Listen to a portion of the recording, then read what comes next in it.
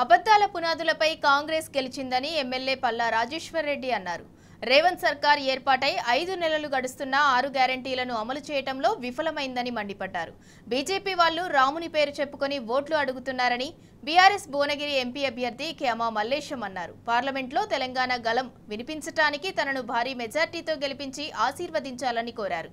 సిద్దిపేట జిల్లా చేర్యాలలో ఎంపీ అభ్యర్థి మల్లేశంకు మద్దతుగా ఎమ్మెల్యే పల్లా బీఆర్ఎస్ శ్రేణులు భారీ రోడ్ షో నిర్వహించారు.